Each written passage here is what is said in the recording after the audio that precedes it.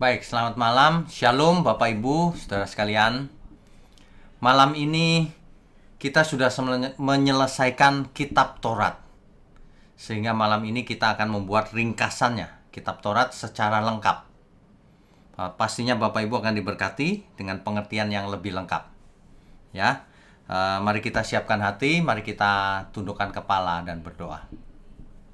Bapa di surga, terima kasih untuk kesempatan demi kesempatan di mana kami boleh belajar firman kebenaran-Mu, agar kami memiliki pengertian yang benar, sehingga seluruh hidup kami benar-benar diubahkan.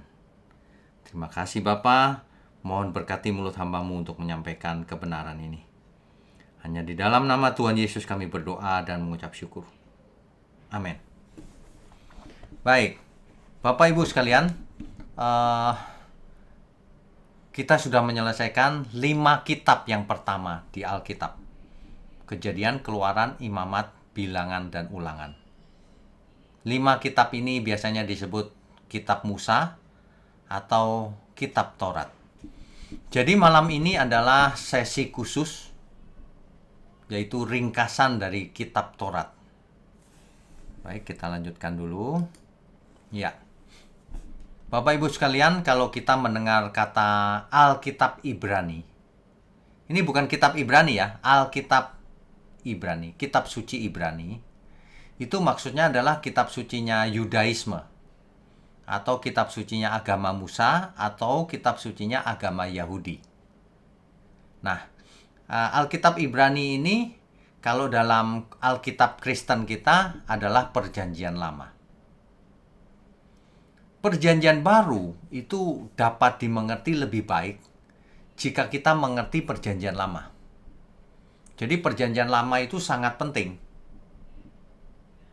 5 kitab yang pertama yang disebut Taurat ini merupakan dasar atau fondasi dari semuanya.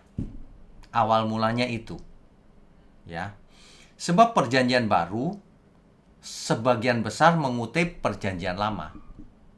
Makanya kalau ada ungkapan biarlah orang mati menguburkan orang mati, orang bingung zaman sekarang maksudnya apa gitu. Tapi kalau kita mengerti budaya saat itu, kita akan mengerti lebih baik. Ada banyak istilah-istilah yang berlatar belakang budaya. Ya. Oke. Nah, perjanjian baru adalah tulisan berbahasa Yunani yang berlatar belakang sastra Ibrani. Meskipun bahasa yang dipakai untuk menuliskan teks asli perjanjian baru adalah bahasa Yunani, tepatnya disebut Yunani Koine, tetapi kisah yang ditulis adalah tentang sastra Ibrani, budaya Ibrani. Penulisnya sebagian besar juga orang Ibrani, orang Yahudi. Budaya yang ditulis juga budaya Ibrani. Bahkan Yesus sendiri adalah orang Ibrani atau orang Yahudi. Itulah sebabnya bahasa Yunani Koine yang dipakai untuk menulis perjanjian baru itu bisa disebut Judeo-Greek. Jadi bukan benar-benar Yunani tapi isinya Ibrani. Itu sama dengan kalau kita cerita budaya Jawa gitu ya, tetapi diinggriskan gitu. Nah, itu bukan budaya Inggris, budaya Jawa, cuma ditulis dalam bahasa Inggris gitu. Sama. Budaya Ibrani tapi ditulis dengan bahasa Yunani. Oke, kita lanjutkan ya. Nah, Alkitab Ibrani atau Perjanjian Lama itu disebut juga dengan sebutan Tanakh. Tanakh itu adalah singkatan dari Torah, maksudnya Taurat, Neviim, maksudnya kitab nabi-nabi, Ketuvim, tulisan-tulisan. Nah, jadi Tanakh itu Torah, Neviim, Ketuvim. Disingkat menjadi Tanakh. Ya. Teks aslinya ditulis dengan hampir seluruhnya bahasa Ibrani. Hanya beberapa ayat yang pakai bahasa Aram.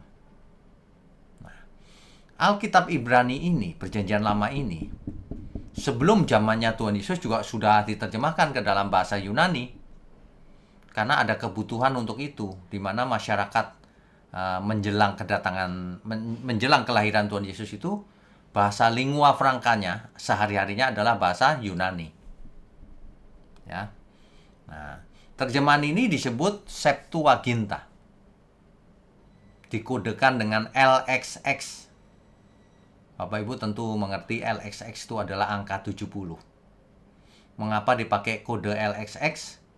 Karena menurut tradisi Septuaginta ditulis oleh 70 para ahli kitab. Ya. Jadi Alkitab Ibrani itu menjelaskan bagaimana Allah memilih Yahudi sebagai umat pilihan. Yerusalem sebagai ibu kotanya. Tanah Israel sebagai tanah perjanjian. Ya, itu singkatnya begitu. Kita lanjutkan dulu. Nah, jadi Alkitab Ibrani atau Tanakh itu bagian pertamanya adalah Torah atau Taurat. Ya. Terdiri dari 5 kitab. Kita tahu hal ini. Genesis atau kitab Kejadian, atau dalam nama Ibraninya Bereshit yang artinya pada mulanya. Exodus atau Keluaran dalam bahasa Ibraninya adalah Shemot, nama-nama. Leviticus, Imamat, dalam bahasa nama Ibraninya adalah Wayikra. Ya. Bilangan, Numbers atau bilangan, dalam kitab Ibrani dinamakan Bemidbar. Sedangkan Deuteronomi atau kitab ulangan, dalam nama Ibraninya adalah Devarim, yaitu perkataan-perkataan. Ya. Oke, ini sudah pernah kita bahas sih. Nah, bagian kedua adalah Nevi'im dari kitab Tanakh, kitab nabi-nabi. Yaitu nabi-nabi yang pertama itu Yosua, Hakim-Hakim, 1 dan 2 Samuel, 1 dan 2 Raja-Raja. Nabi-nabi yang kemudian yaitu Yesaya, Yeremia, Yehezkiel. Nabi-nabi kecil Hosea, Yoel, Amos, Obadya, Yunus, Mika. Nahum, Habakuk, Zefanya, Hagai, Zakaria, Maleaki. Nah, sedangkan yang dimaksud dengan ketuvim atau tulisan-tulisan itu adalah Mazmur, Amsal, Ayub, Kidung Agung, Rut, Ratapan, Pengkhotbah, kitab Esther, Daniel, Ezra, Nehemia, 1 dan 2 Tawarik. Itu disebut ketuvim. Jadi kitab Ibrani dan kitab terjemahan bahasa Indonesia kita urutannya tidak sama, tapi isinya sama dengan perjanjian lama kita. Tapi urutannya nggak sama, hanya beda urutan, ya. Oke, bagian pertama dari Tanakh atau perjanjian lama itu adalah Taurat, yang secara tradisional terdiri dari 5 kitab, yaitu Kejadian, Keluaran, Imamat, Bilangan, Ulangan. Meskipun ada yang berpendapat bahwa Taurat terdiri dari 6 kitab, yaitu kitab Yosua masuk ke dalamnya, ya. Tapi secara tradisional 5. Nah, seringkali Taurat disebut juga Pentateuch. Pentateuch itu 5 kitab maksudnya. Atau kitab Musa, atau hukum Musa. Kita lanjutkan dulu ya. Ya, jadi kita akan melihat ringkasan daripada kitab Taurat. Mulai dari kitab Kejadian ya. Kitab Kejadian. Ini sebenarnya adalah ringkasan apa yang sudah kita bahas selama ini. Bapak Ibu yang mengikuti kita dari awal akan familiar dengan slide-slide ini. Tapi kalau yang baru join, tidak mengikuti dari awal, baru mulai lagi, kita bisa cerita secara ringkas sebagai berikut. Sebentar, ya. Yang pertama, pada mulanya Allah menciptakan langit dan bumi. Dengan segala isinya, semuanya, dengan segala hukumnya. Hukum fisika, hukum apa saja yang ada di dalamnya, tatanannya. Kemudian Tuhan menciptakan Adam dan Hawa. Tapi kemudian tergoda oleh Hawa. Ini yang tergoda oleh setan maksud saya, iblis. Yang melingkar di Eden dalam bentuk penampakan ular. Akibatnya Adam dan Hawa diusir dari Eden. Ya. Kemudian kita melihat ada kisahnya Nuh. Bumi dimusnahkan oleh air bah. Semua manusia musnah, kecuali keluarga Nuh yang berjumlah 8. Nuh dan istrinya, anaknya 3 dan menantunya 3. Jadi total 8 ya. Kemudian masuk ke Menara Babel lanjutannya. Ini secara singkat ya Bapak Ibu ya. Di mana manusia ingin membangun Menara Babel. Ia ingin menyembah yang lain. Ya. Biasanya di Menara Babel itu di tingkat atasnya sini ada, di puncaknya itu ada kuil dewa Babel yang disembah. Itulah sebabnya Allah marah, Tuhan marah, sehingga diserahkan menjadi bangsa-bangsa lain. Bahasanya menjadi tidak nyambung satu sama lain, sehingga dari daerah ini, Babel, Irak, dari Irak ini kemudian terserak ke seluruh dunia. Maka terjadi bangsa-bangsa di dunia. Kemudian berikutnya di mulai pasal 12, kitab Kejadian mulai pasal 12, di situ dikisahkan bahwa Abram dipanggil oleh Tuhan. Keluar dari wilayah Ur Kasdim, keluar menuju Haran. Di Haran ini Terah mati, bapaknya, lalu menuju ke tanah perjanjian. Ya, itu Abraham. Nah, yang lebih penting adalah janji Tuhan kepada Abraham. Janjinya yang pertama, aku akan memberikan negeri ini kepada keturunanmu. Jadi negeri yang Kanaan itu akan diberikan kepada keturunan Abraham. Kelak di kemudian hari kita tahu bahwa itu menjadi bangsa Israel. Ya, menjadikan lahirnya bangsa Israel. Nah, yang kedua janji Tuhan adalah aku akan menjadikan keturunanmu seperti debu tanah banyaknya. Maksudnya berketurunan banyak menjadi bangsa yang besar. Ya. Kemudian Tuhan akan memberkati Abraham, namanya akan masyhur. Hari ini kita mengenal Abraham. Abraham terkenal sekali sebagai Allahnya Abraham, Ishak, dan Yakub. Kalau mau tahu Allah yang benar, yaitu Allahnya Abraham, Ishak, dan Yakub. Nama Abraham jadi masyhur sesuai dengan janji Tuhan. Dan Abraham akan menjadi berkat. Nah, ini yang paling penting. Dan olehmu semua kaum di muka bumi akan mendapat berkat. Seluruh bangsa akan mendapat berkat. Nah, ini yang dimaksud berkat di sini bukan berkat fisik, tapi berkat keselamatan.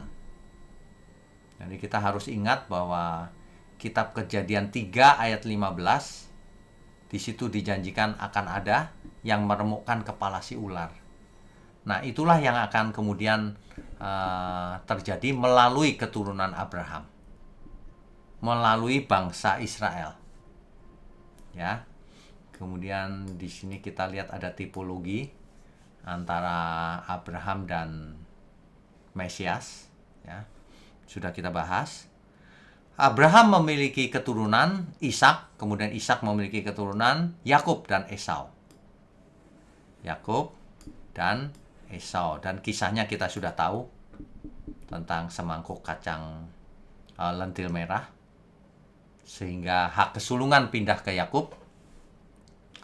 Kemudian Yakub namanya diubah menjadi Israel, yang artinya bergumul dengan Allah. Ya. Nah, sehingga silsilah Yakub kemudian melahirkan 12 suku Israel. Lahirlah bangsa Israel dari Yakub. Ya. Kemudian selanjutnya, ya.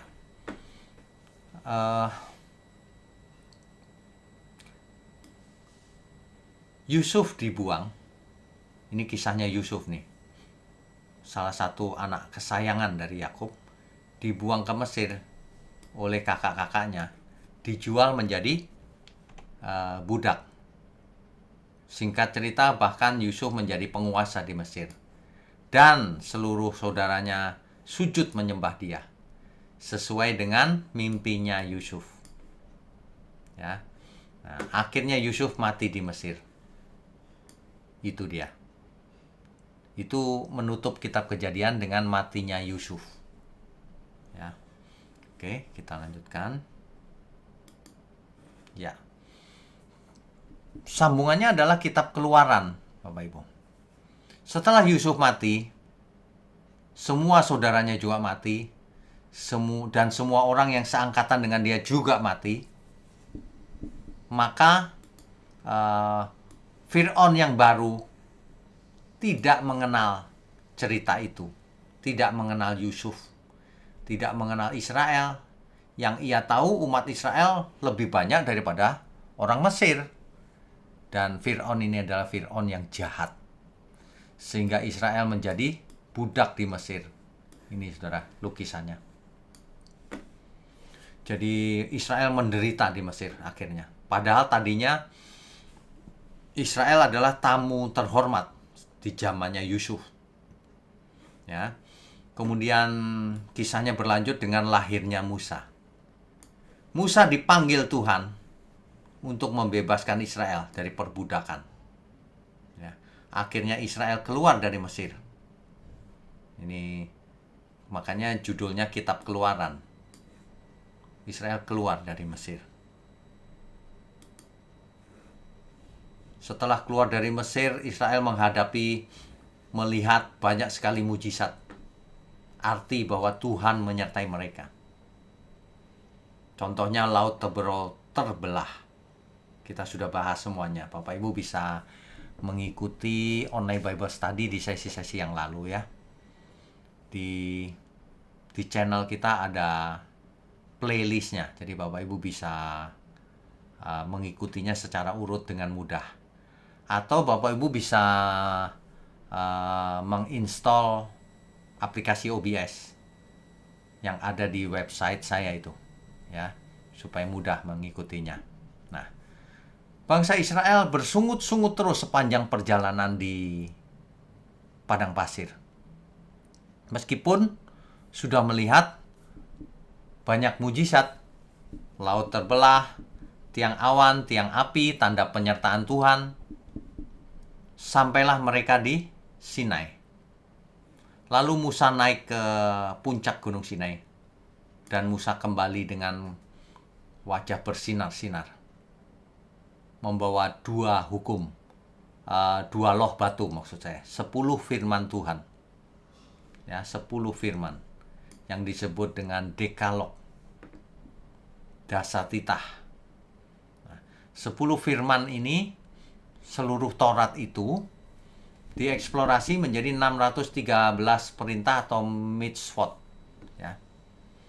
Jika ada seorang yang melanggar satu saja dari 613 peraturan atau perintah itu, maka semuanya dianggap salah. Bayangkan betapa sulitnya melakukan Taurat yang versi ini. Ya. Nah, rupanya bangsa Israel memang tegar tengkuk. Karena Musa tidak turun-turun dari puncak gunung, mereka membuat patung lembu emas. Mereka ini sering sekali memberontak kepada Tuhan. Sehingga Musa turun dengan marah. Memecahkan 2 loh batu itu. Dan naik lagi ke gunung untuk dibuat ulang 2 loh batu itu. Ya. Kemudian bangsa Israel diperintah Tuhan untuk membuat tabernakel. Kemah pertemuan. Tabernakel. Di mana di tabernakel itu ada ruang Maha Kudus, ada ruang kudusnya. Di mana itu simbol dari kehadiran Tuhan. Shekinah. Ya. Tabernakel. Di situ pula lah Allah bicara dengan Musa face to face, muka dengan muka. Ya. Jadi Tuhan memberikan suatu aturan. Karena Tuhan kudus, maka Israel ketika menghadap harus kudus. Bagaimana caranya? diatur dengan berbagai macam aturan, yaitu dengan tabernakel dan aturan-aturannya. Demikian ya, kita lanjut terus.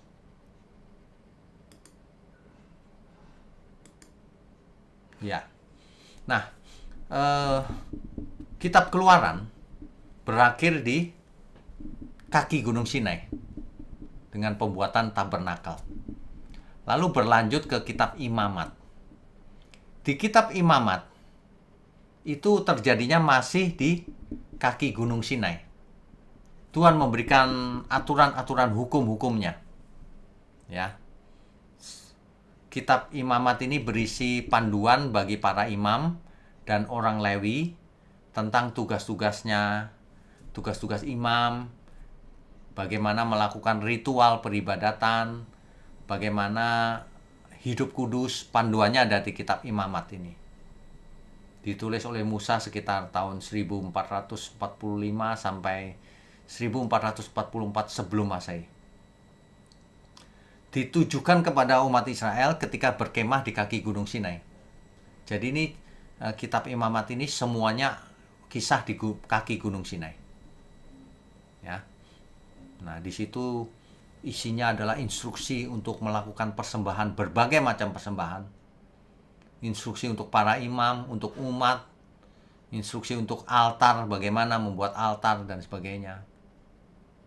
Kemudian standar hidup kudusnya umat Israel bagaimana, imam bagaimana, perayaan-perayaan yang harus diperingati apa saja. Ya, termasuk bagaimana menerima berkat dari Allah. Kemudian diatur juga makanannya, halal dan haram, kosher atau not kosher ya. Kemudian sistem perjanjian lama seperti ini. Jadi ada umat, ada imam besar. Barulah yang masuk ruang Maha Kudus adalah imam besar. Di hari penebusan, Day of Atonement, sang imam besar menumpangkan tangan di kambing yang disebut Azazel. Ini adalah lambang bahwa dosa-dosa umat dibawa oleh kambing itu, lalu dibawa ke padang gurun. Ya, itu adalah upacara Taurat, hukum Taurat. Sedangkan kambing yang satu lagi dibawa ke ruang Maha Kudus, darahnya dipercikkan di sana. Oke, kita lanjutkan dulu. Ya. Jadi kitab Imamat seluruhnya kisahnya ada di kaki Gunung Sinai. Lalu dilanjutkan ke kitab Bilangan. Kitab Bilangan mulainya di kaki Gunung Sinai karena memang lanjutan dari kitab Imamat. Ya. Di kaki Gunung Sinai bersiap-siap berangkat meninggalkan Sinai menuju tanah perjanjian. Tujuan yang pertama adalah Kades Barnea. Ya.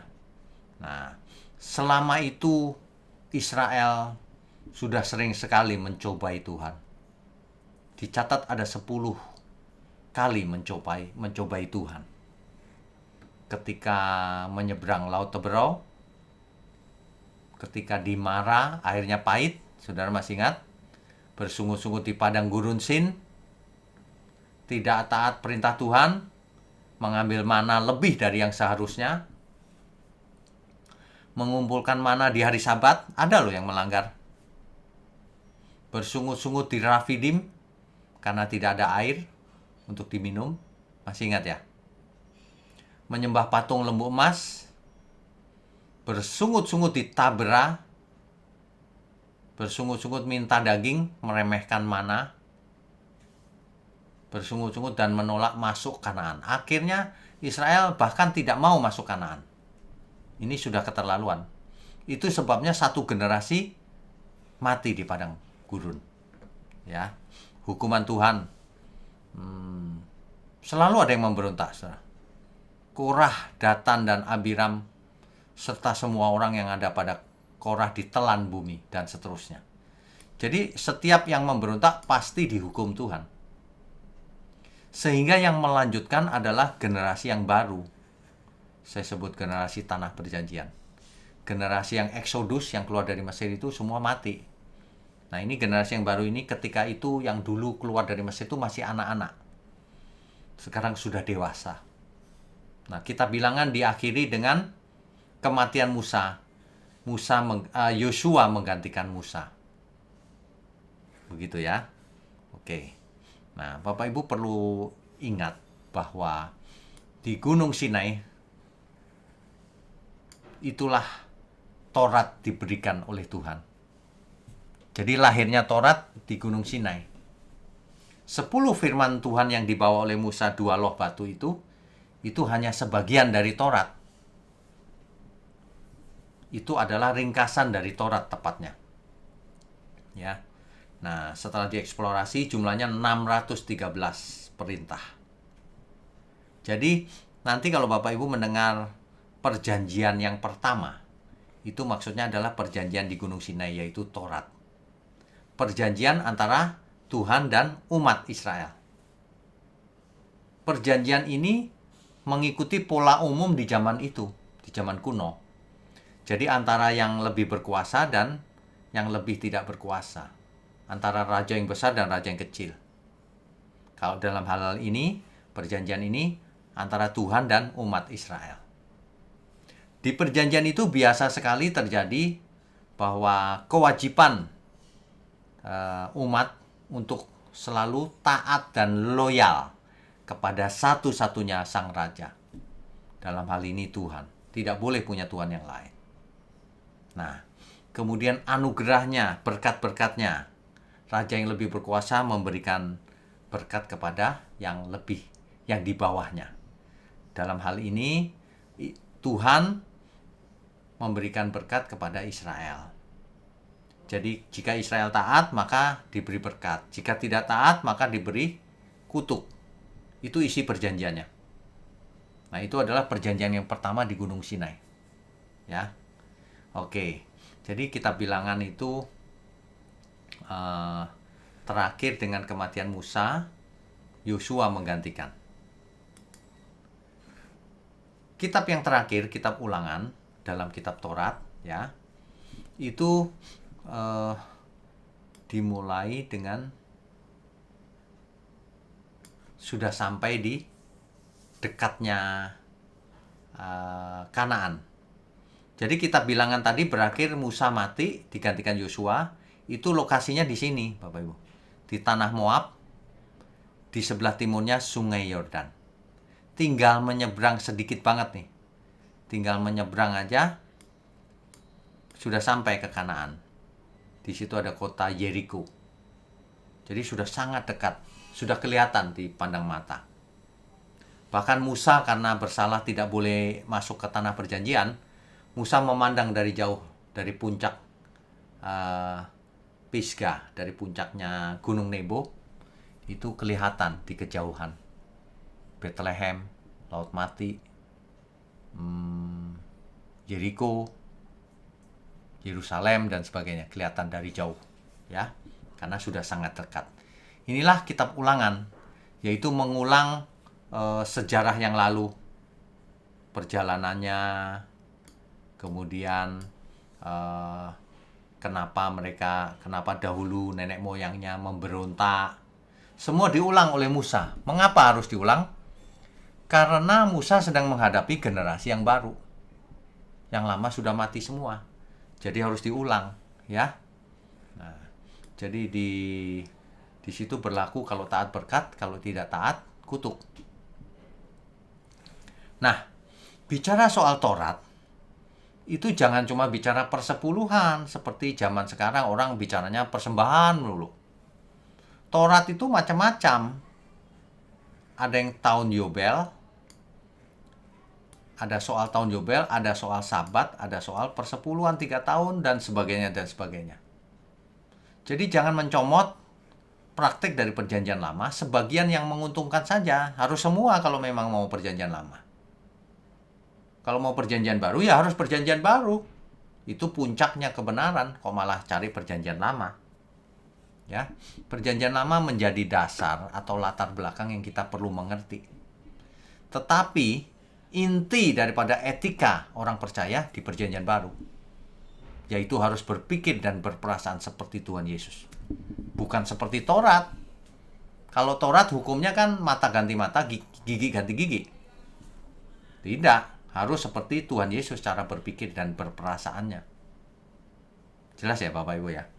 Nah, bicara soal Taurat itu ada berbagai persembahan, berbagai kurban, aturan-aturannya lengkap tuh. Berbagai hari raya yang harus diperingati, berbagai liturginya, dan 613 mitzvot atau peraturan. Ya. Jadi kalau zaman sekarang ada yang mencomot cuma persembahan saja, itu secara perjanjian lama salah, secara perjanjian baru lebih salah lagi praktek itu. Kalau lengkap, benar menurut perjanjian lama. Menurut perjanjian baru nggak salah itu. Karena korban bakaran sudah tidak diperlukan di perjanjian baru. Berbagai hari raya itu kita juga sudah tidak harus memperingati. Untuk apa memperingati tahun Yobel dan sebagainya? Orang Kristen sudah tidak. Ya. Nah, 613 peraturan sudah batal menurut perjanjian baru. Tapi bukan berarti lalu boleh melanggar seenaknya ya, nanti kita bahas. Oke, kita lanjutkan dulu. Ya, jadi timeline-nya begini nih Bapak Ibu. Ini ringkasannya nih. Dari kitab Kejadian sampai Yusuf mati. Itu kitab Kejadian ya. Dari Yusuf mati sampai di kaki Gunung Sinai, itu wilayahnya kitab Keluaran. Ya. Kemudian di kaki Gunung Sinai, itu kitab Imamat. Nah, di kaki Gunung Sinai sampai ke pinggir Sungai Yordan di tanah Moab, Musa mati, itu kitab Bilangan. Sedangkan kitab Ulangan mengulang semuanya. Hanya ada tambahan sedikit, ya. Nah, jadi singkat cerita, sudah sampai di sebelah timur Sungai Yordan. Yeriko kelihatan. Nah, inilah berakhirnya kitab Ulangan dan berakhirnya kitab Taurat. Sampai di situ. Nanti dilanjutkan di kitab Yosua. Ya, Bapak Ibu ya. Coba kita lanjutkan dulu. Ya. Bagaimana cerita Taurat dan Perjanjian Baru? Ini perlu dimengerti. Sebab kalau orang Kristen terpaku pada Taurat, itu bahaya. Itu bukan Kristen. Itu adalah agama Yahudi. Nah, di Yeremia 31 ayat 31 sampai 33, di situ dijelaskan akan datang waktunya Tuhan akan mengadakan perjanjian baru dengan kaum Israel dan kaum Yehuda. Bukan seperti, perhatikan ini kalimat ini, bukan seperti perjanjian yang telah kuadakan dengan nenek moyang mereka pada waktu aku memegang tangan mereka untuk membawa mereka keluar dari tanah Mesir. Bukan itu. Kalau perjanjian yang itu perjanjian Sinai, yaitu Taurat. Ya. Tapi beginilah perjanjian yang akan diadakan itu. Aku akan menaruh Tauratku dalam batin mereka dan menuliskannya dalam hati mereka. Jadi bukan seperti dulu ditulis di 2 loh batu. Tapi akan ditulis di batin dan hati. Maksudnya apa? Ini tentu figuratif maksudnya. Maksudnya adalah bukan lagi harafiah, tapi batiniah. Ya. Mengenakan pikiran perasaan Kristus. Coba kita lanjutkan dulu ya. Ya. Di kitab Ibrani dijelaskan nih. Yang tadi itu dijelaskan. Maka inilah ayat 10-nya, maka inilah perjanjian yang kuadakan dengan kaum Israel sesudah waktu itu. Waktu itu yang mana maksudnya? Sesudah Sinai, sesudah Taurat. Ya, itu maksudnya. Oke, kita lanjutkan. Ya. Jadi statusnya hukum Taurat bagaimana sekarang? Di Efesus 2 ayat 15 dikatakan demikian. Sebab dengan matinya sebagai manusia, ia di situ adalah Tuhan Yesus, telah membatalkan hukum Taurat dengan segala perintah dan ketentuannya. 613 tadi dihapus dengan matinya Tuhan Yesus sebagai manusia. Mengapa? Untuk menciptakan keduanya menjadi satu manusia baru di dalam dirinya. Untuk menciptakan kedua pihak, Israel dan non-Israel. Biasanya non-Israel disebut kafir, Gentile, Goyim. Nah, dengan matinya Tuhan Yesus di kayu salib, maka hukum Taurat dan segala peraturannya dibatalkan supaya Israel dan non-Israel menjadi satu umat Tuhan. Tidak pakai Taurat lagi. Gitu ya. Nah, tetapi di Roma 3 ayat 31 dikatakan, jika demikian, adakah kami membatalkan hukum Taurat karena iman? Sama sekali tidak, sebaliknya kami meneguhkannya. Ini Efesus ditulis oleh Rasul Paulus, Roma juga oleh Rasul Paulus. Seolah-olah bertentangan, bukan. Ya, ini harus mengerti nih. Yang lama dibatalkan. Nah, tapi diteguhkan, maksudnya apa diteguhkan? Intinya tetap berlaku. Inti Taurat itu cuma dua, nanti kita akan lihat ya. Akan tetapi jika kamu memberi diri dipimpin oleh Roh, maka kamu tidak hidup di bawah hukum Taurat. Kalau kita ngaku Kristen, percaya Tuhan Yesus, tidak hidup di bawah hukum Taurat lagi. Di bawah hukumnya apa? Hukumnya Tuhan. Firman Tuhan adalah hukumku. Ya, itu maksudnya. Jadi inti hukum Taurat tidak pernah akan berubah sampai kapanpun. Itulah yang diajarkan oleh Tuhan Yesus sendiri. Ya. Tetapi 613 peraturan yang dieksplorasi dari Taurat itu dibatalkan. Bahkan hukum Taurat yang penting-penting dibatalkan juga. Misalnya hukum sunat, perjanjian sunat yang kekal bagi Allah dan Israel sekarang sudah tidak berlaku. Itu buktinya. Korban bakaran tidak berlaku. Hari raya tidak berlaku bagi orang percaya, bagi orang Kristen. Jadi itulah arti dibatalkan. Tetapi jangan ada padamu ilah lain di hadapan hadiratku. Oh, itu tetap, karena itu inti. Ya. Jangan kau buat patung dalam bentuk apapun dan berbakti kepadanya. Itu tetap, itu inti. Bahkan diperluas. Bukan cuma patung yang kelihatan.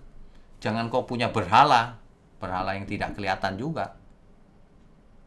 Jadi intinya, Taurat itu adalah mengasihi Tuhan. Loyal terhadap Tuhan. Setia. Itu yang pertama. Nanti ada bagian kedua. Jangan membunuh, jangan mencuri, dan sebagainya. Jangan bersaksi dusta, dan sebagainya. Mengasihi sesama manusia. Ya, inti Taurat itu. Menghormati sesama, mengasihi. Itu maksudnya. Mengerti ya, Bapak Ibu ya? Oke, kita lanjutkan dulu. Ya. Jadi, status hukum Taurat, kita semua sudah tidak hidup di bawah hukum Taurat lagi. Jadi kita boleh dong buat dosa. Nah, ada yang begitu tuh pertanyaannya. Dulu juga sudah ada yang nanya gitu. Jadi bagaimana? Apakah kita akan berbuat dosa? Karena kita tidak berada di bawah hukum Taurat, tetapi di bawah kasih karunia? Sekali-kali tidak. Roma 6 ayat 15. Ya. Nah, di Ibrani 8 ayat 13 ini penting. Perhatikan Bapak Ibu.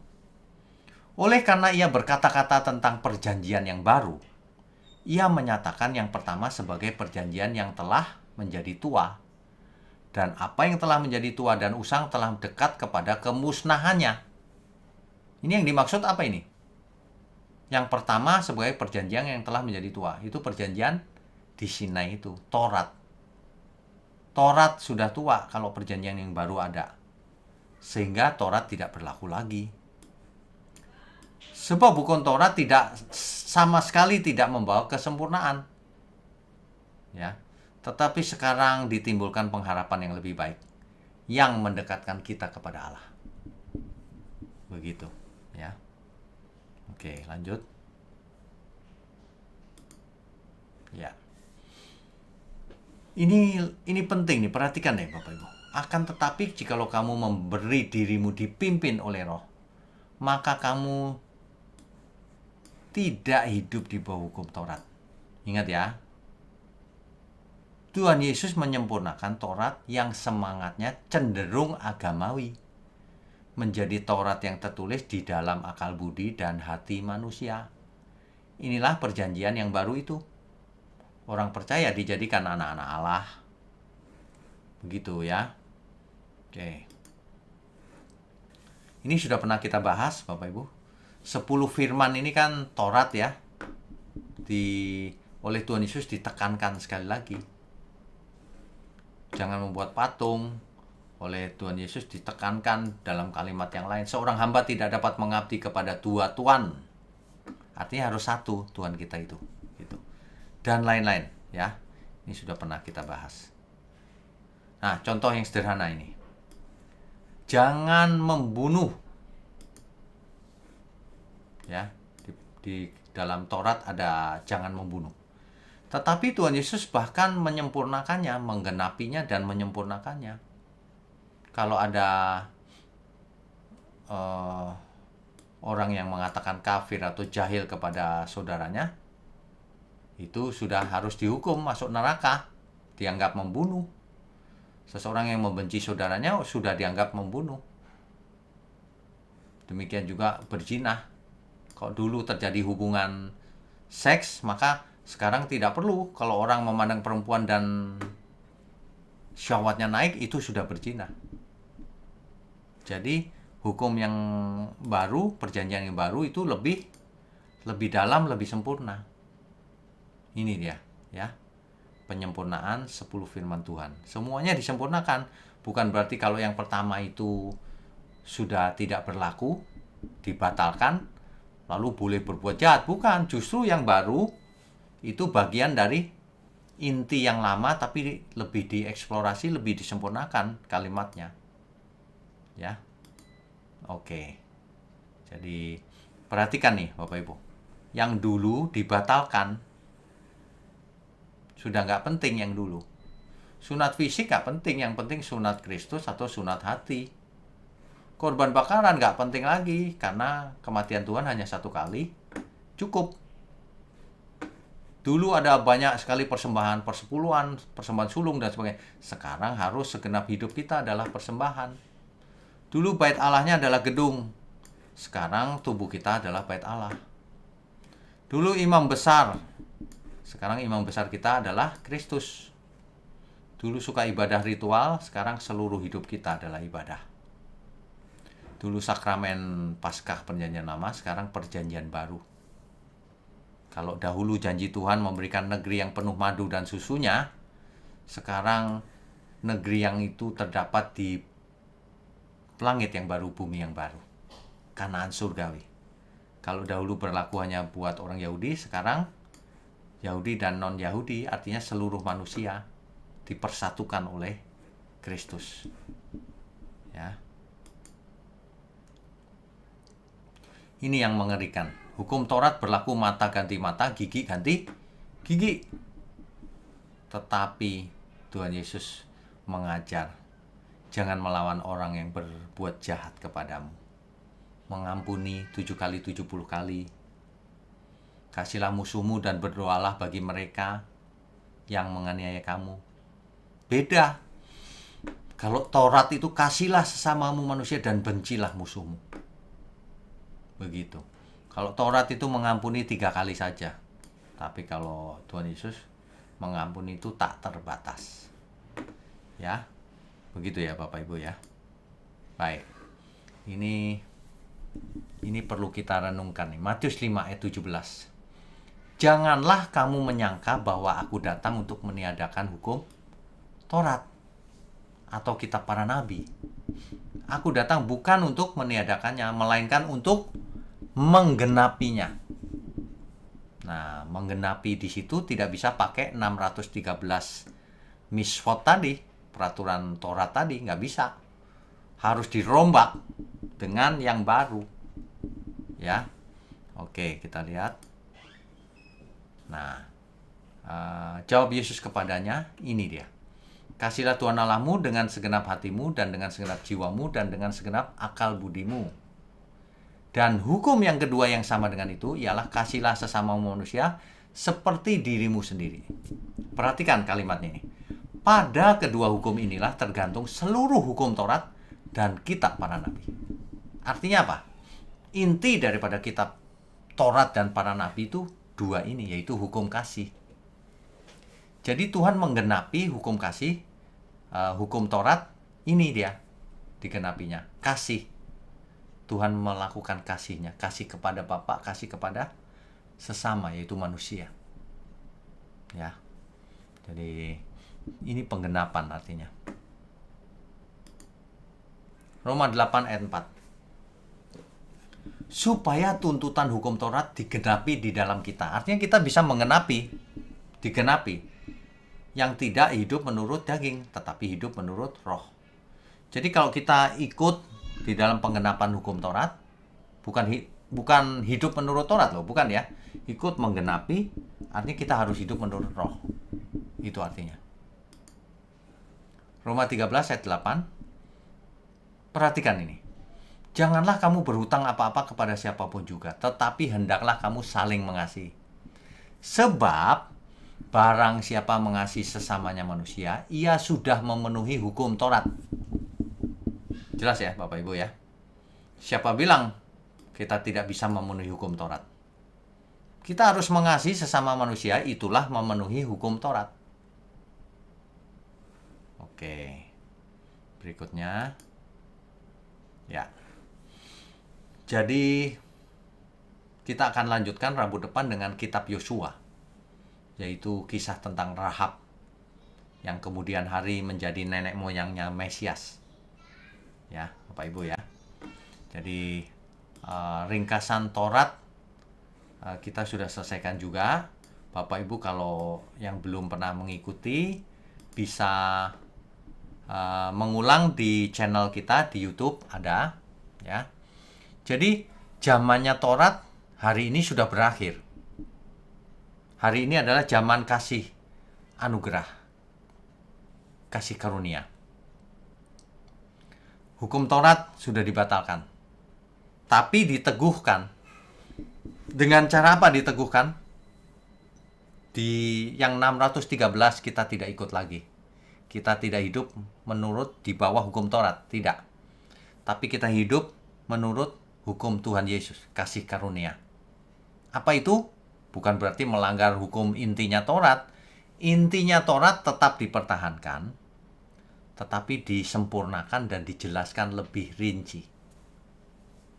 Mengerti ya? Amin ya. Nah, jadi jangan salah mengerti. Ibadah sejati itu justru akan menggenapi Taurat juga. Tadi sudah kita baca ya. Barang siapa mengasihi sesamanya, ia memenuhi hukum Taurat. Selama ini kan dikatakan tidak seorang pun bisa melakukan hukum Taurat tuh. Harus bisa. Mengasihi sesama kok nggak bisa? Apa alasannya? Amin, Bapak Ibu. Jadi ringkasan Taurat kita sudah selesaikan.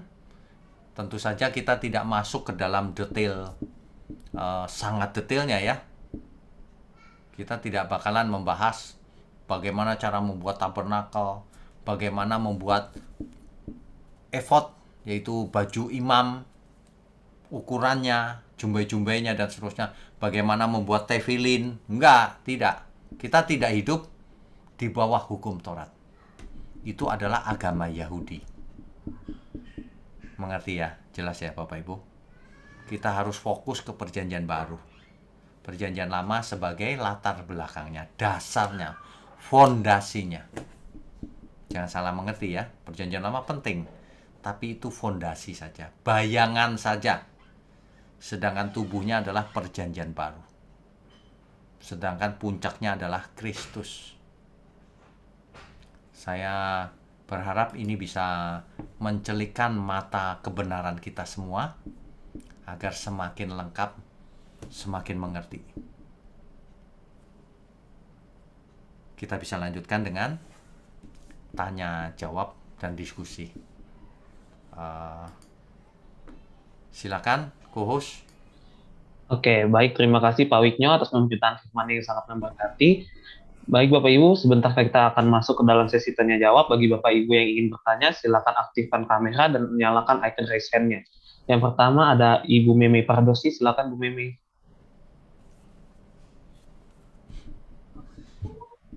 Shalom Pak Wino, selamat malam.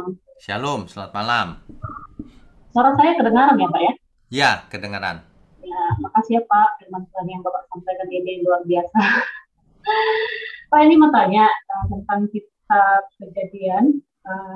Itu di dalam Kejadian 32 ya, ayat 28 ya, Kejadian 32 ayat 28. Yang nama Yakub menjadi Israel. Tapi saya di sini bingung ya Pak dalam ayat ini. Lalu kata orang itu, namun tidak akan disebut lagi Yakub, tetapi Israel. Sebab engkau telah bergumul melawan Allah. Apakah Yakub melawan Allah ya Pak? Ini sudah pernah kita bahas di sesi keberapa kitab Kejadian, yaitu Yakub melawan Elohim. Sudah pernah. Jadi Ibu bisa mendengarkan kembali, di situ detail Bu. Ada. Itu saya nggak ikuti Pak. Oh, didengar aja Bu supaya lengkap ya, karena Iya. pembahasannya harus lengkap itu. Oh, iya. Ya, Satu lagi boleh ya Pak ya? boleh. Silakan. Oke, ini nih Pak, soal taat berkat, tidak taat betul. Ya. Tapi banyak juga gini loh Pak, orang Kristen ya, banyak juga dia tidak taat pada perintah Tuhan, tapi kok seperti kehidupannya diberkati gitu loh Pak ya. Oke. Ini pun sudah kita bahas di judul itu, taat berkat, tidak taat kutuk. Sudah pernah. Nah, tapi intinya saya akan bahas begini. Saya akan jawab. Yang dimaksud berkat, jangan diartikan itu berkat fisik. Uang, gedung, jodoh, sembuh fisik. Bukan itu. Yang dimaksud berkat oleh perjanjian baru adalah keselamatan. Jadi kalau orang tidak taat, tidak mengasihi Tuhan, tidak mungkin diberkati. Ia pasti hidup di bawah kutuk. Tapi ia kaya raya Pak, ya itu bukan berkat. Nah, ini harus dirubah nih pengertian berkat. Orang kaya, dia nggak taat tuh, tapi kok kaya raya loh, seolah-olah berkat itu kaya raya. Bukan. Berkat itu keselamatan, Tuhan berkenan. Itu berkat. Apa saja yang membuat kita menjadi berkenan bagi Tuhan, itu berkat. Bahkan, kalau kita bangkrut dari usaha kita, tapi itu membawa kita dekat ke Tuhan, itu berkat yang menyelamatkan. Sebab tadinya kaya, sombong, jauh dari Tuhan. Begitu bangkrut, dekat Tuhan. Nah, itu berarti kebangkrutannya itu berkat. Nah, jadi tidak semua kekayaan adalah berkat, tidak semua kekayaan adalah kutuk. Kekayaan itu untuk apa juga? Demikian juga tidak semua kemiskinan adalah kutuk, tidak semua kemiskinan adalah berkat. Tergantung untuk siapa itu. Karena apa? Motivasinya apa gitu. Jelas ya Bu Meme? Iya jelas banget Pak, makasih ya Pak. Tuhan berkati. Tuhan berkati Pak. Oke, selanjutnya ada Bapak Payaman, silakan Pak Payaman. Shalom Pak, makasih. Shalom. Sejak runtuhnya Bait Allah kedua tahun 70, maka orang Yahudi menjadi diaspora. Ya. Nah, kemudian pada tahun 1947 terjadi deklarasi merdeka Israel. Ya. Yang saya bayangkan Pak, selama ribuan tahun mereka diaspora, tapi kok bisa balik memerdekakan Israel? Ya, apakah ini ada dukungan politik negara-negara tertentu atau ada fasilitas tertentu yang diterima Israel dari negara mana? Dan atau apakah ini memang juga perwujudan komitmen atau janji Allah kepada Abraham? Makasih Pak. Ya, ini adalah perwujudan daripada penggenapan daripada nubuatan Alkitab Pak, bahwa mereka akan kembali. Nah, Tuhan Yesus memberikan suatu perumpamaan tentang pohon ara. Pohon ara yang kering itu menggambarkan Israel. Sudah nggak ada diaspora. Kalau ia bertunas, tandanya musim panas segera datang. bertunas, ternyata hidup lagi. Makanya merdeka tiba-tiba, padahal sudah nggak ada. Ngumpul lagi jadi merdeka. Soal caranya Pak, melalui politik, kerjasama sana-sini, itu cuma cara. Tetapi kejadian itu adalah penggenapan daripada nubuatan Alkitab. Bahwa semua akan kembali lagi dari diaspora. Nanti di ujung akhir zaman, saksinya cuma dua saksi, yaitu yang memiliki hukum, yaitu Israel. Artinya Israel harus ada. Yang kedua yang memiliki kesaksian Yesus. Siapa itu? Kita semua orang percaya. Jadi kalau mau tahu Allah yang benar yang mana, dua saksinya, Israel dan orang percaya. Begitu Pak. Iya, makasih Pak. Tolong satu lagi Pak ya. Ya, silakan Pak. Kalau atau 10 firman Tuhan ditulis tangan Allah dalam 2 loh batu. Ya. Apakah loh batu masing-masing yang satu firman 1 sampai 5, loh batu yang kedua firman 6 sampai 10, begitu kira-kira rinciannya Pak atau bagaimana? Makasih Pak. Oke. Ada dua pendapat Pak. Ada yang 1 sampai 5 kemudian 6 sampai 10, tapi ada yang berpendapat itu 10, ini 10. Dua ini satu untuk umat, satu untuk misalnya raja atau imamnya gitu. Itu pendapat Pak. Karena kita tidak punya buktinya ya, yang manapun nggak masalah sih. Yang penting itu ada 10 firman Tuhan gitu Pak. Ya. Ya, makasih Pak. Oke, Tuhan berkati Pak. Berikutnya. Oke, selanjutnya ada Ibu Sylvia. Silakan Ibu. Bu Sylvia, silakan. Iya Pak, Shalom Pak, selamat malam. Senang Selamat bisa malam. join lagi. Kemarin saya ikutan buka puasa aja. Oh, Jika jadi ngikutin melalui YouTube siaran tunda. ya. Jadi gini Pak, pertanyaan saya Pak, nyambung sama OBS Online Bible Study hari ini. Ya. Tadi saya sudah menyimak beberapa khotbah juga GSKI gitu kan. Kebetulan Pak pendeta dari GSKI Gading tentang kekhawatiran. Ya. Itu juga jadi musik saya juga ya Pak. Bapak di sini mengungkapkan kalau kita fokusnya kepada kasih karunia untuk kita di zaman ini. Ya. Nah, sekarang kalau dibilang khawatir, siapa sih orang yang nggak khawatir gitu Pak? Pasti ada sedikit ya Pak ya. Nggak apa namanya, dan kita di sini disebut untuk kita dengan orang yang kita kasihi, kita khawatir tentang bagaimana misalkan ya saya punya keponakan yang memang kebetulan autis gitu loh Pak. Ya. Berdoa dan gimana gitu loh, apa yang mesti saya harus lakukan gimana ke depan, dan berdoa memohon boleh nggak gitu loh Pak. Mengerti Bu? Kadang ya gimana Pak? Jadi begini, yang konteks yang dimaksud oleh Alkitab itu, janganlah kamu terlalu khawatir begitu. Ya. Sebab kesusahan ada hari ini adalah hari ini, besok ya ada lagi lain. Oh gitu. Kalau kita terlalu khawatir terus, nanti malah nggak bisa apa-apa.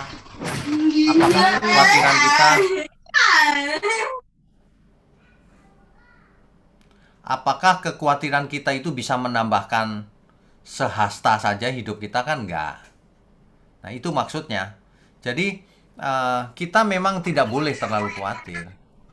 Kalau cuma antisipasi harus, misalnya besok ujian nih, waduh, besok ujian nih, waduh, aku harus belajar. Kan begitu, iya kan? Jadi tapi kalau khawatir berlebihan tidak boleh Bu. Kalau khawatir berlebihan tidak boleh, ya. Nah, jadi yang kita khawatirkan harus cuma satu sih sebenarnya. Khawatir kalau hidupku ini belum menyenangkan Tuhan. Kalau itu harus. Harus takut bahkan. Aku takut kalau hidupku belum menyenangkan Tuhan.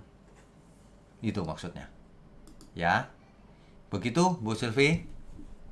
Iya, jadi pasrahnya di sini juga harus pasrah yang benar kali Pak ya. Betul. Banyak orang pasrahnya gini Bu. Gitu. Punya utang nih ya. Ku pasrahkan ke Tuhan biar Tuhan yang bayar loh, bukan itu maksudnya. Iya, enggak juga gitu. Bukan. Pasrah Iya, itu iya. Tuhan, apapun keadaanku aku bersyukur. Gitu. Iya. Akan kulakukan bagianku. Itu pasrah.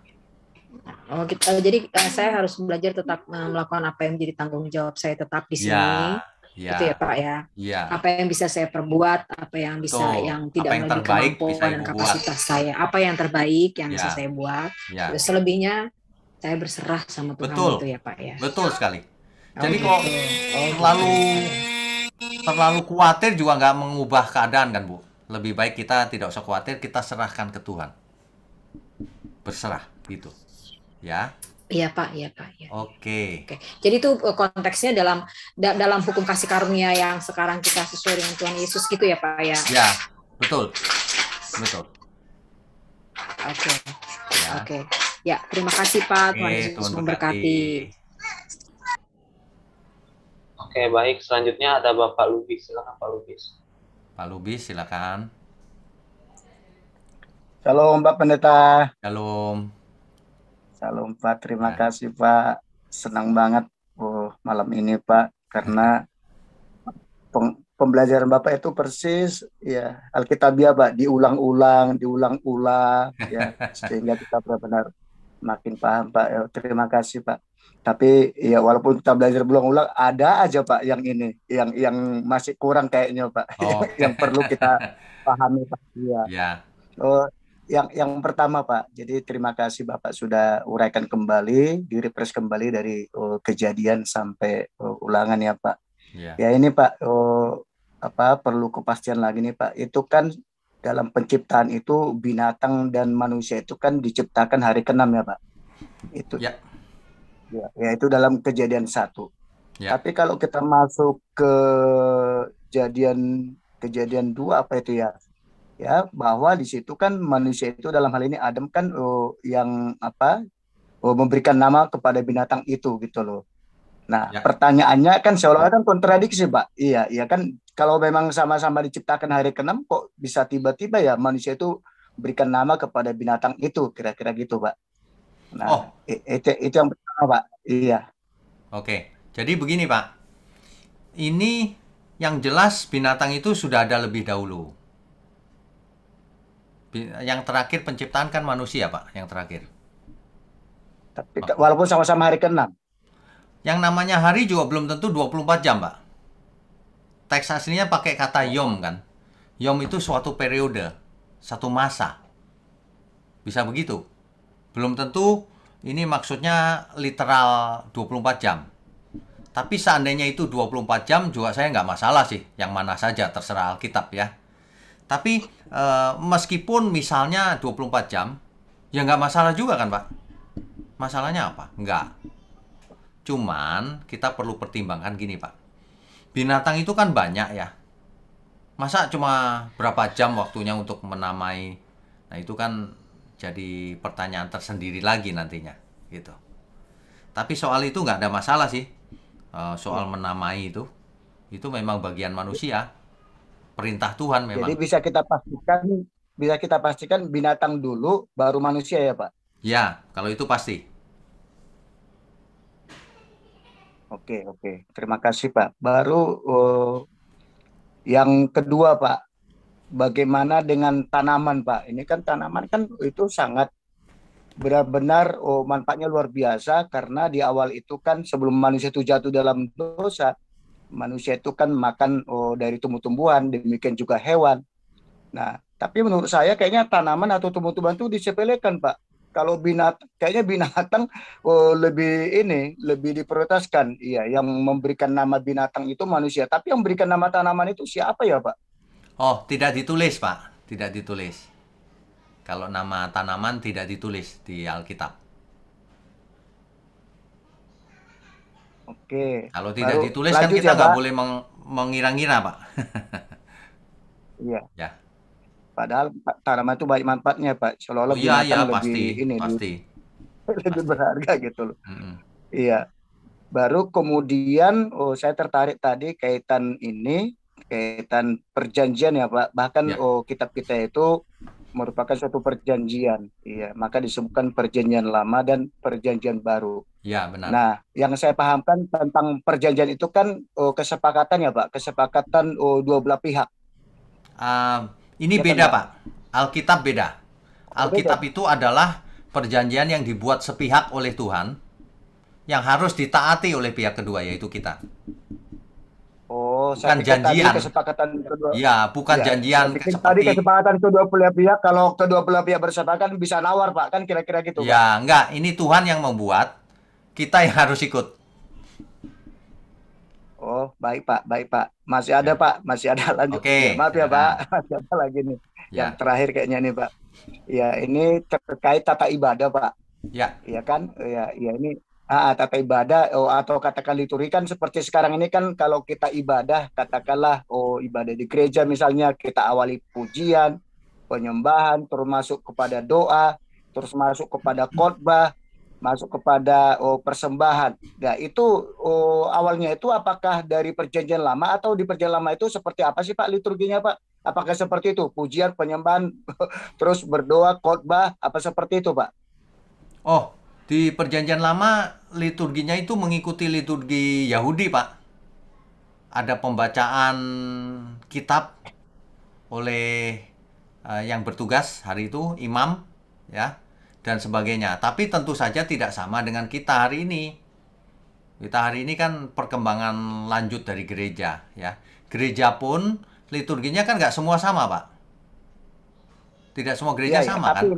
Ya, tapi intinya kan Pak ada pujian, ada penyembahan, ada doa, ada penyampaian firman Tuhan kan kira-kira. Oh iya gitu, pasti, kalau itu pasti ada sejak dulu. Sejak dulu pasti ada Pak kalau itu. Oh, waktu perjanjian lama pun sudah ada seperti itu ya Pak? Sudah ada, kan ada puji-pujian, ada pembacaan kitab, selalu ada itu. Mulai Kalau zaman Musa persembahan itu bahkan, sudah ada itu Pak? kalau persembahan bahkan sudah teratur Pak, persembahan itu. Mulai zaman Musa itu kan sudah ada ya Pak? Ya. Bagaimana Pak? Mulai zaman Musa itu sudah ada Pak?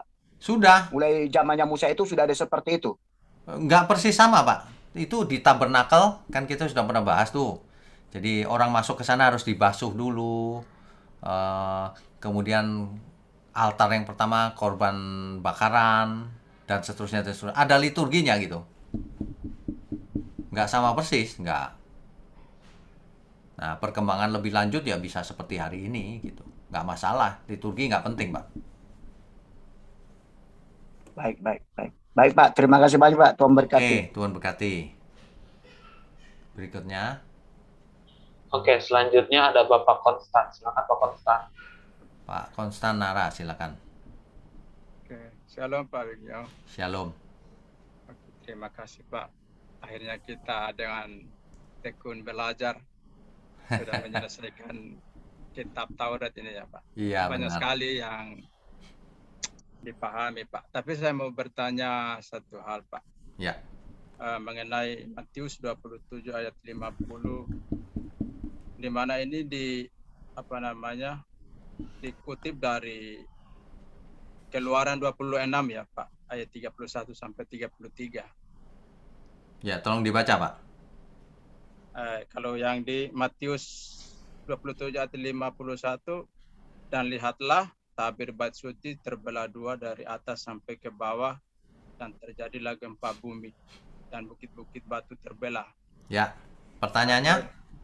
Pertanyaannya itu Pak, tirai itu atau tabir yang di dalam bait Allah itu dua atau satu Pak? Loh, tabir kan yang memisahkan, kan satu tabir Pak, yang memisahkan. Betul. Ya, karena kemarin saya berdiskusi sama teman, Ya. katanya itu ya tabir yang dibelah itu bukan tabir yang memisah ruang maha kudus yang dimasuk oleh imam maha besar itu ya. Loh. Katanya itu tirai yang dari depan katanya Pak. Oh, maksudnya gorden kali Pak, dia bayangannya. Itu ngarang-ngarang sendiri itu Pak. Mungkin juga saya salah berkata ya tirai, padahal yang ditulis tabir, atau sama kayak itu? Sama saja. Mau tirai, mau tabir, apa saja sama. Pokoknya ada satu yang memisahkan ruang maha kudus dan ruang kudus. Nah, tabir itu atau pemisah itu, ya, itu robek. Ya. Bukan yang depannya atau ada lagi, bukan. Kenapa robek? Buktinya apa? Itu imam besar mengoyakkan pakaiannya kan, dia takut. Kalau cuman ada lapisan lain lagi ya nggak perlu takut dia. Begitu robek, waduh takut. Makanya kalau baca harus konteksnya harus dibaca. Itu orang-orang seperti itu suka ngarang-ngarang sendiri tapi tidak baca konteksnya. Nah kalau cuman tabir biasa, ruang Maha Kudus tidak terbuka ya nggak perlu takut. Ini ruang Maha Kudusnya terbuka. Dan itu lambang bahwa ruang Maha Kudus tersedia bagi banyak orang. Sudah nggak ada tirai lagi, pemisahnya lagi. Yesus mati di kayu salib. Gitu. Saya baru dengar nih ada orang ngarang-ngarang begini. Ya, sampai ditunjukkan ke saya itu gambar bayi sucinya, Pak. Jadi saya juga yang saya mengerti kan memisah antara ruang Maha Kudus dengan ruang kudus ya, Pak, itu. Iya. Yang terbelah itu. Ya kalau misalnya itu bukan tabir ruang Maha Kudus, terus implikasinya apa? Terus buat apa? Terus apa artinya? Yang dimaksud dari itu katanya Pak bahwa memang kita adalah sudah jadi imam, tetapi kita tidak bisa datang kepada Bapa kalau tidak bisa melalui Tuhan Yesus katanya. Oh, ya Tuhan Yesus memang imam besar kita. Memang melalui Tuhan Yesus benar.